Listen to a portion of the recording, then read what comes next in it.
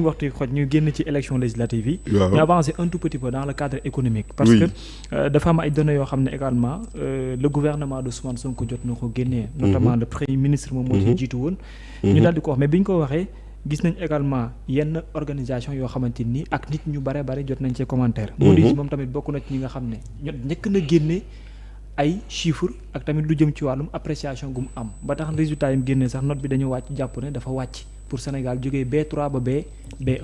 waaw FMI moom ci li mu def comme organisation mooy que ne dafa fas yéene nekk à côté de l'État du Sénégal.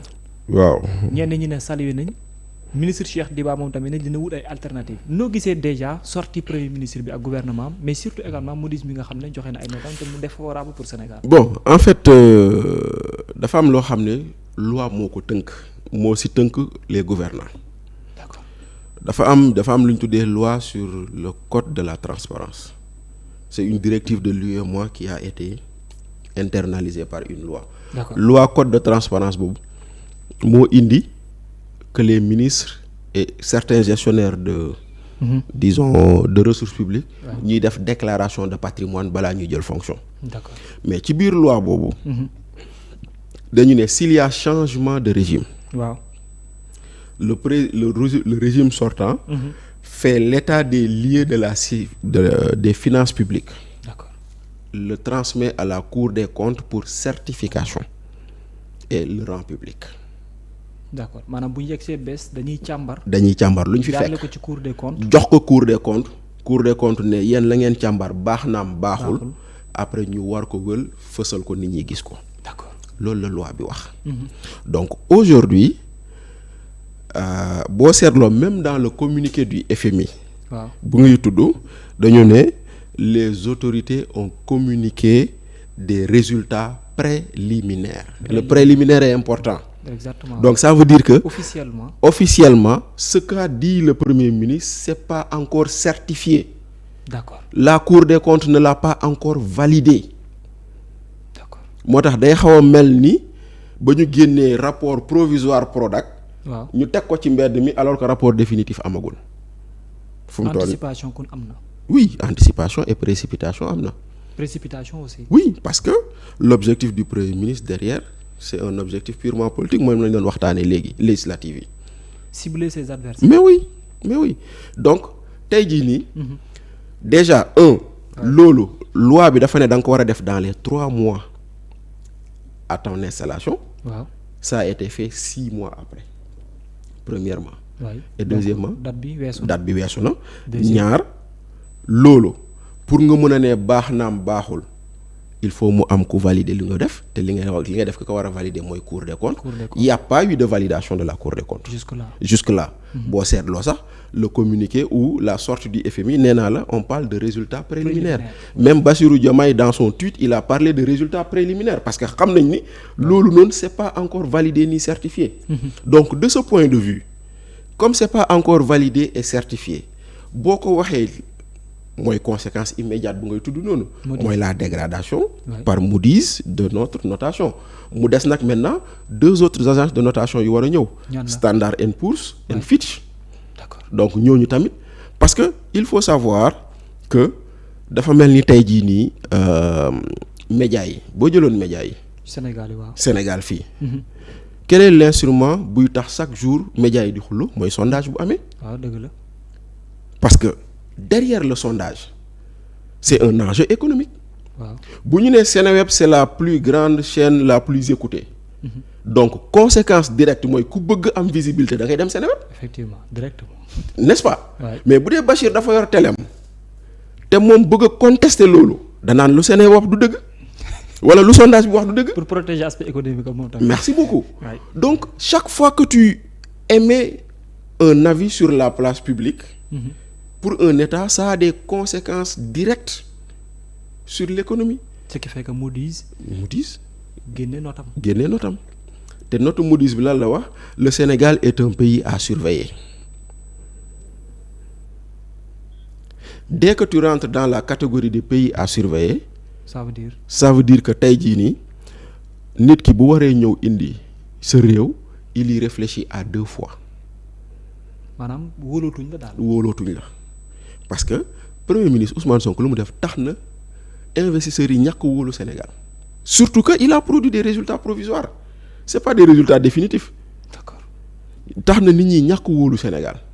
donc ñàkk kóolute boobu noonu ci Sénégal investissement direct étranger boo deful ndànk day wàññeeku. day wàññeeku ndaxte ki war a ñëw dugg Sénégal war a mën a investir qu'est-ce qu'il va dire. est-ce que wóor na. est-ce que wóor na surtout que au même moment tu entends quelque chose boo xam ne bii nii ça fait extrêmement peur aux investisseurs on a mis en place une commission de renégociation des contrats. waaw te loolu moom dooroon na bu yàgg. waaw mais boo jëlee ay contrats yoo xam ne Babacar maa ngi yow ju signé contrat. ba pare di ko exécuter. nga créer une commission keneen ko war a ñëw danaan mais man bu ma signé est-ce que bu subaa duñ ma wax kaa ñu renégocier te loo xam ne alors que l'investisseur a besoin de sécurité juridique l'investisseur a besoin de confiance. Mais maintenant cette sortie a érodé ou a entamé la confiance du Sénégal. La confiance des bailleurs vis-à-vis du Sénégal donc investissement direct étranger benn. Deuxièmement boo waree dem sur le marché financier. day am conséquence ndaxte tey jii nii. nguur gu bees gi ba mu egsee dem na jëli ay eurobond. waaw mu jël un taux de 7%. Ce que le Sénégal avait depuis très longtemps n'avait pas fait ay taux de 4% la ñu doon am ay taux de 3%. Est-ce que du situation bi ñu décrit.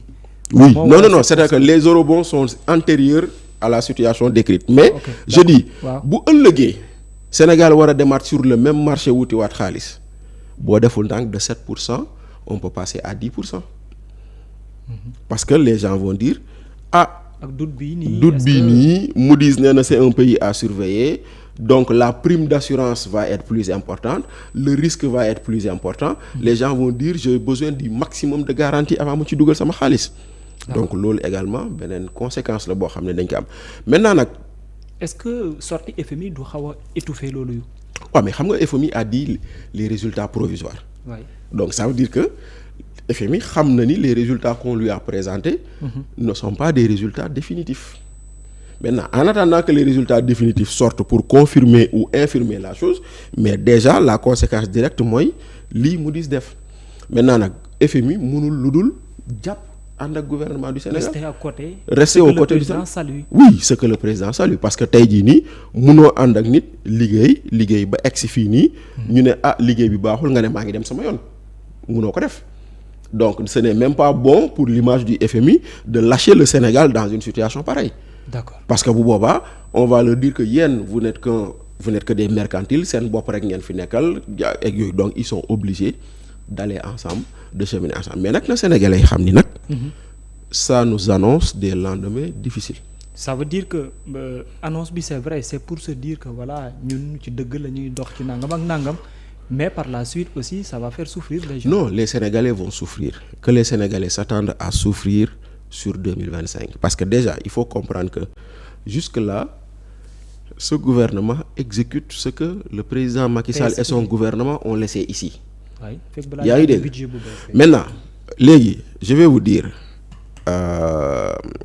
le budget avait été calqué par le pouvoir sortant.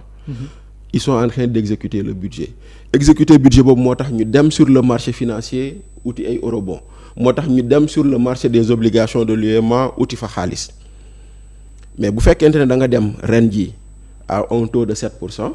si diggante bi ñu ne la yow tu es un pays à surveiller demee boo demee est-ce que di nga amaat 7%? Tu risques d'avoir plus. Donc comme tu risques d'avoir plus. Ou tu risques d'avoir moins que ce que tu cherchais. Donc quand tu as moins que ce que tu cherchais, ça veut dire que c'est moins de dépenses. Tu es obligé de compresser tes dépenses. Ndaxte yow Babacar tey bu dee da nga am salaire ngay fayeeku am ay bor yoo xam ne tax na boo ko fayee sa koppar day wàññeeku tu es obligé de diminuer le volume de comment tu vis. D'accord.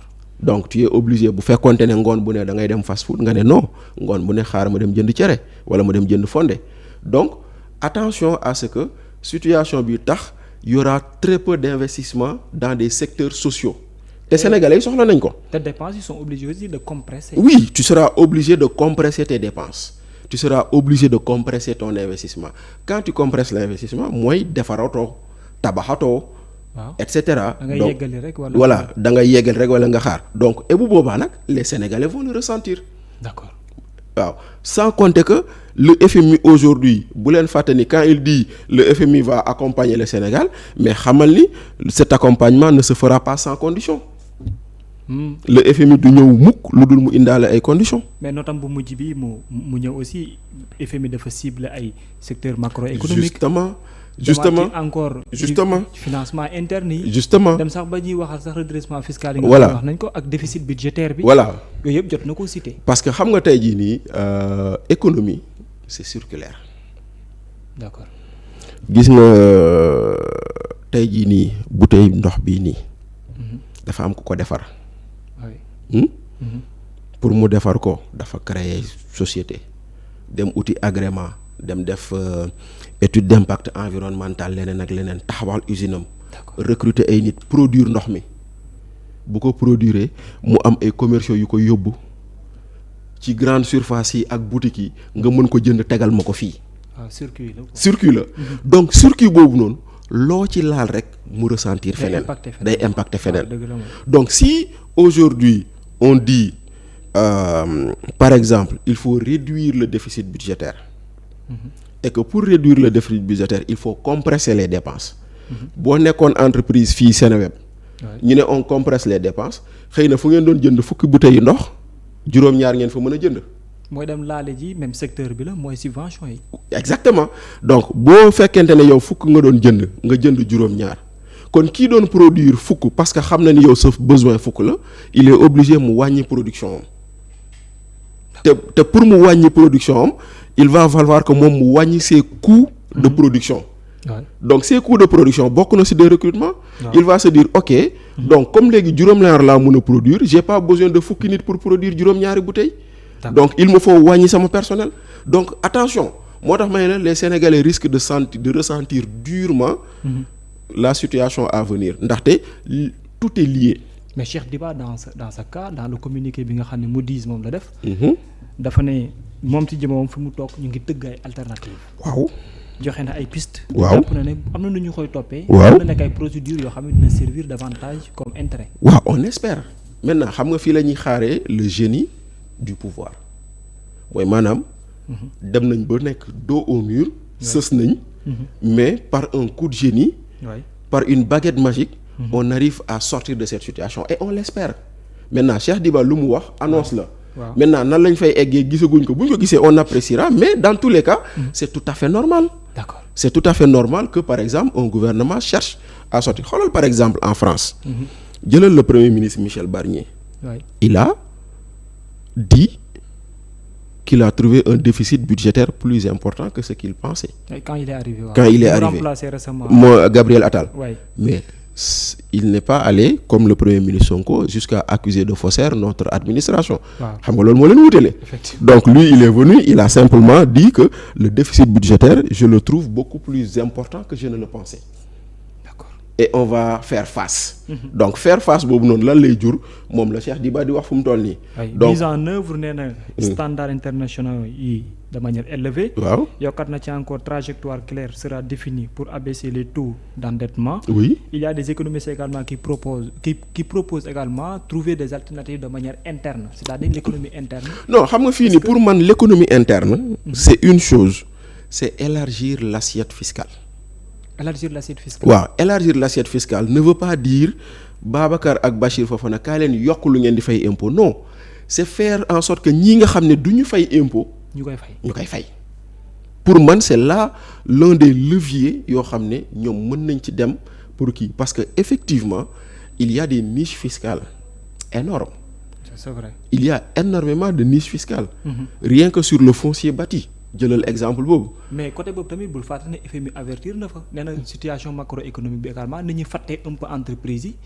nee na moom daf koo xaw a jaaxal ba loolu tam mën na am ay précédents aussi. oui mais effectivement xam nga en réalité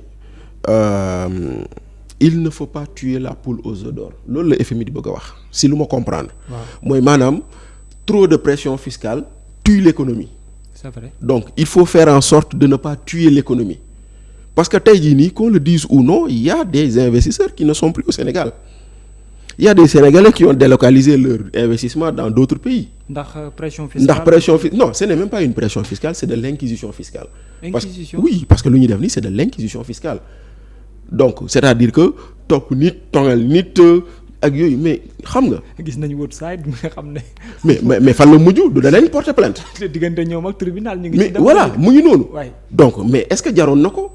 y avait possibilité peut-être de trouver un arrangement. est-ce que tam ñoom boo leen tegul tamit ci strictement ci yoon bi tam est-ce que du mujjee nekk prox loolu pour ñeneen ñi. non def lu leen neex mënul am gis nga ñun man encore une fois comme je dis nous avons quand même des fonctionnaires très sérieux. Je suis d'accord. Nous avons des fonctionnaires très républicains. Nous avons des fonctionnaires qui font très bien leur travail. Kaay ma jox la benn exemple. Man si d'après les informations que j'ai quand ils ont fait le classement des centres fiscaux.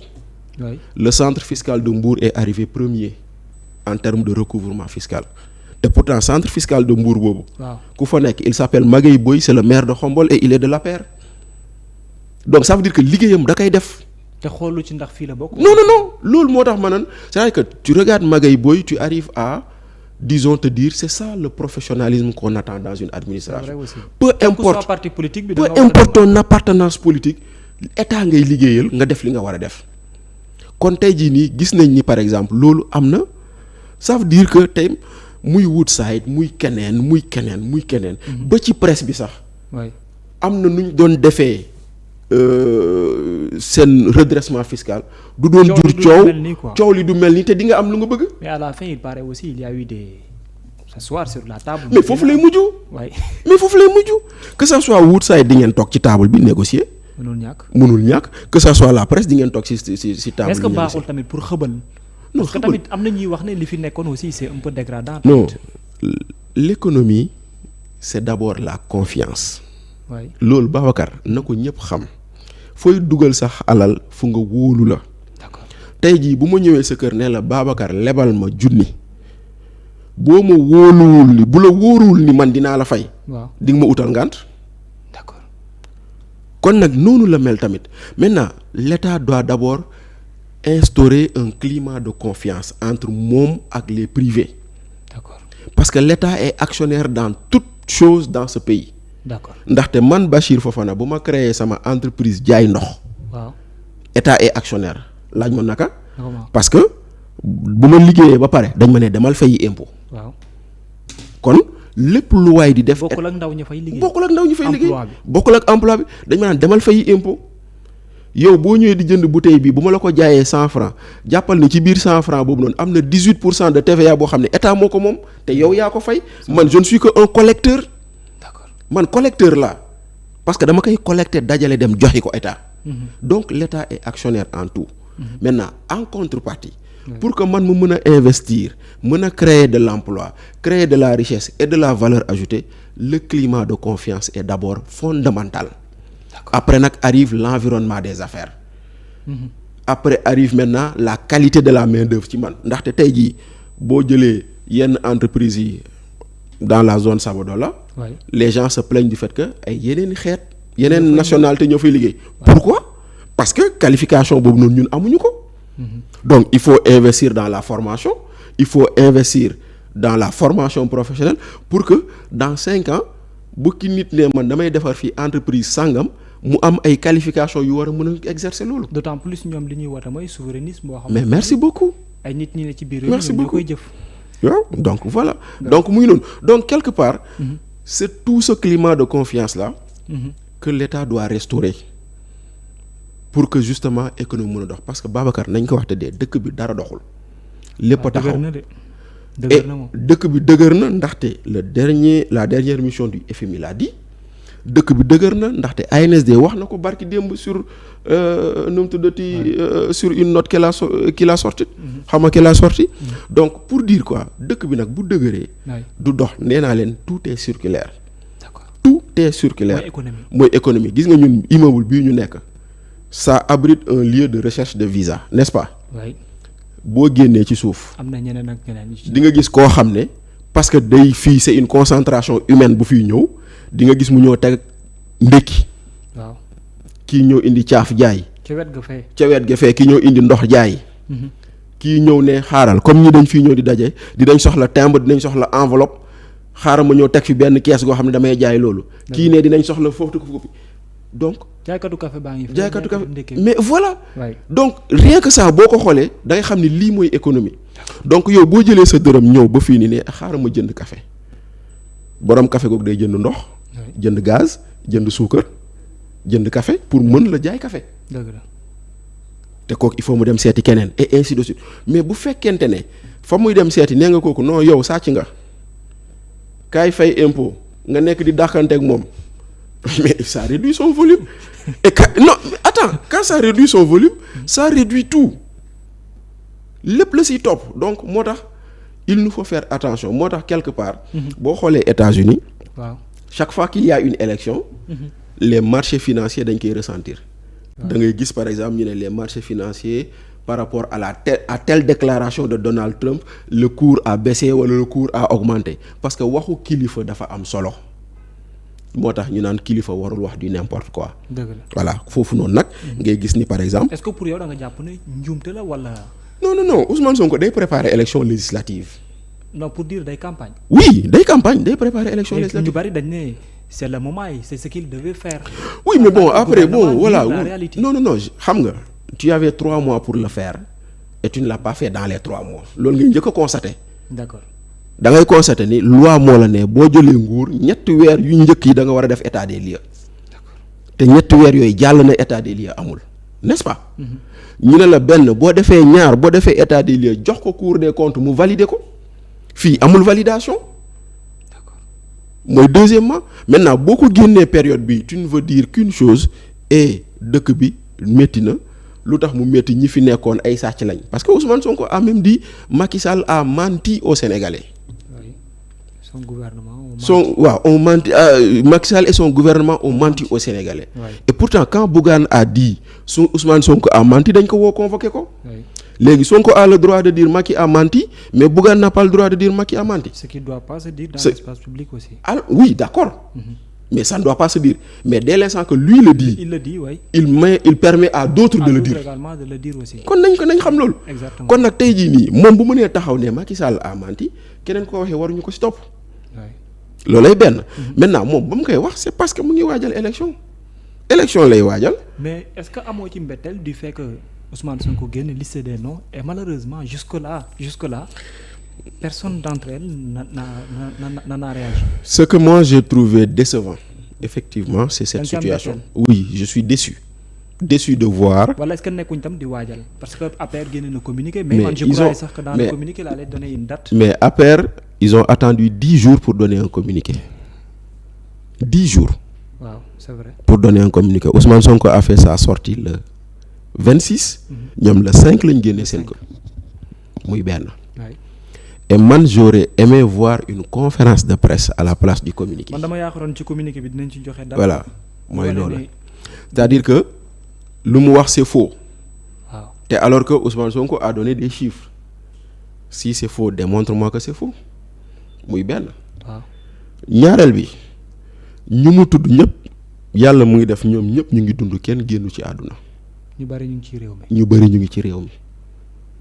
kon ñoom ñëpp de également ils auraient dû mais ñetteel bi kenn moo waroon wax pour man nga xam ne ça lui aurait même fait gagner un coup politique et il ne l'a pas fait c'est Amadou Ba. Tu as été ministre des Finances pendant 5 ans xawma 6 ans. C'est vrai que la période bu Sonko di tudd yow tu n'étais plus ministre des Finances. Mais n'empêche tu étais premier ministre.